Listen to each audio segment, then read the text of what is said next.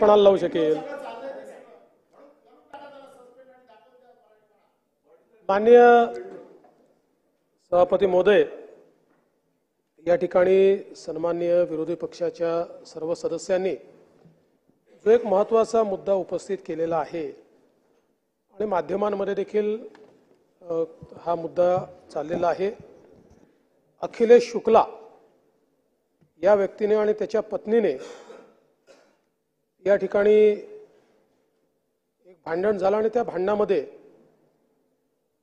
मराठी माणसाला अपमानित होईल अशा प्रकारचे उद्गार त्या ठिकाणी काढले, भांडण केलं, मारामारी केली आणि त्यातून एक संतापाची लाट सर्व लोकांमध्ये तयार झाली आहे। पहिल्यांदा तर मी या ठिकाणी सांगू इच्छितो की हा अखिलेश शुक्ला MTDCचा कर्मचारी आहे। त्याच्यावर FIR नोंद झालेला आहे। खडक पत्नीवरी दोघांवरी आहे, त्याची कॉपी आहे माझ्याकडे। खडकपाडा पोलीस स्टेशनमध्ये दाखल करण्यात आलाय।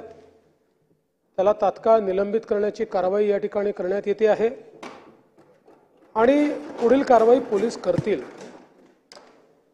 मुळात कोणाच्याही मनामध्ये शंका असण्याचं कारण नाही। मुंबई आणि महाराष्ट्र हा मराठी माणसाचाच होता, मराठी माणसाचाच आहे आणि मराठी माणसाचाच राहील। कधी कधी काही नमुने चुकीचं वक्तव्य करतात, माज आणल्यासारखं करतात। अशा माजोरड्यांचा माज उतरवल्याशिवाय आम्ही राहणार नाही। खरं म्हणजे भाजपचं सरकार आलं म्हणून हे झालं अशा प्रकारचं त्याला राजकीय रंग देण्याचं कारण नव्हतं।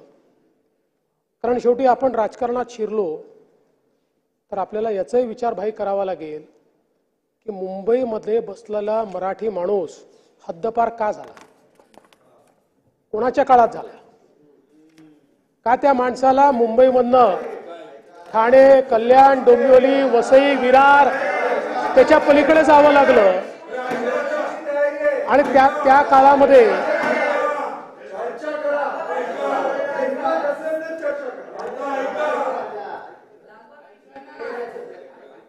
भाई माझे मित्र आहात तुम्ही, मुजोरी करायला हिंमत लागत नाही।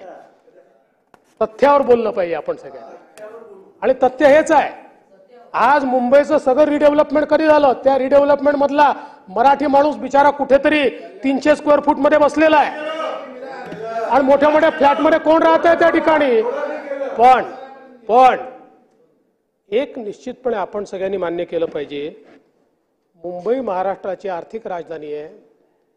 या आर्थिक राजधानीमध्ये देशभरातला टॅलेंट पूल येतो आणि ते सगळे त्या ठिकाणी राहतात आणि मी हे बघितलेलं आहे।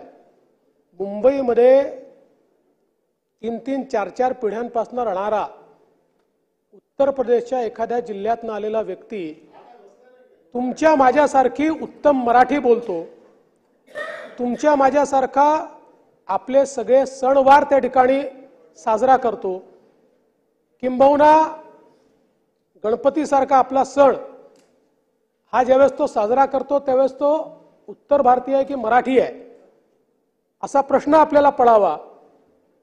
अशा प्रकारची परिस्थिती आपल्याला पाहायला मिळते। मात्र हे जे काही लोक असा माजोरडेपणाने या ठिकाणी बोलतात त्याच्यामुळे मुंबईच्या सोशल फॅब्रिकला देखील एक प्रकारचं गालबोट लागतं आणि म्हणून मराठी माणसाचा आवाज म्हणून या विधान परिषदेच्या माध्यमातून, विधानमंडळाच्या माध्यमातून मी ठणकावून सांगतो की कुठल्याही परिस्थितीमध्ये मराठी माणसावर अन्याय आम्ही होऊ देणार नाही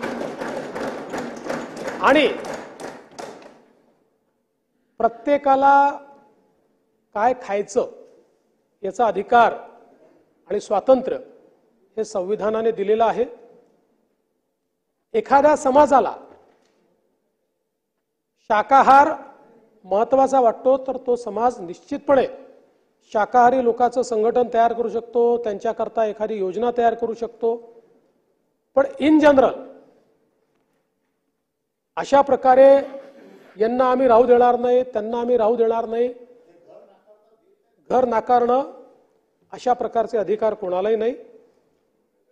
मला असं वाटतं की या ठिकाणी कोणी शाकाहाराचा पुरस्कार करतोय याकरता त्याचा तिरस्कार करण्याचं कारण नाहीये. मात्र त्या आधारावर भेदभाव करणं ही गोष्ट आपल्याला मान्य करता येणार नाही. आणि म्हणून या दृष्टीने देखील अशा प्रकारच्या तक्रारी जर आल्या तर त्याच्यावर योग्य कारवाई करण्यात येईल. आणि मला असं वाटतं की आपल्या देशामध्ये अनेक परंपरा आहेत. आपल्याला माहिती आहे की बंगालसारख्या राज्यामध्ये सगळे समाज त्या ठिकाणी मासळी खातात, देवालाही दाखवतात. काही राज्यांमध्ये 100% आपल्याला शाकाहार दिसतो. त्यामुळे शेवटी आपल्या परंपरेने निर्गुण निराकार आणि सगुण साकार या दोघांनाही देवत्वाची संधी दिलेली आहे, संज्ञा दिलेली आहे. निर्गुण निराकार आहे जो त्या ठिकाणी काय म्हणतात दगडात देव पाहत नाही, मूर्ती ठेवत नाही, त्यालाही आपण देवत्वाची संज्ञा दिली आहे. आणि माझ्यासारखा माणूस ज्याला मूर्तीमध्येही देव दिसतो त्यालाही आपण त्या देवाला देवत्वाची संज्ञा दिली आहे. आणि मला असं वाटतं की आपल्या देशाचं हे जे वैविध्य आहे ते वैविध्य त्या ठिकाणी टिकलं पाहिजे, ही देखील आपली जबाबदारी आहे. पण त्याच वेळी जी आमची क्षेत्रीय अस्मिता आहे, एक आमची राष्ट्रीय अस्मिता आहे, तशीच आमची एक क्षेत्रीय अस्मिता आहे.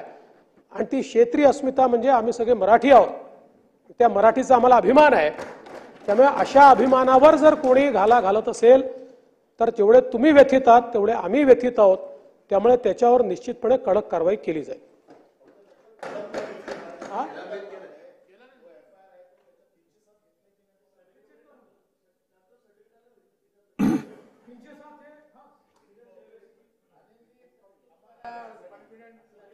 साठी अरे पण थांबा ना, मी हात जोडून विनंती करतो. त्याच्या डोक्यावर रॉड मारलाय. 307 ची केस असेल तर 307 होईल.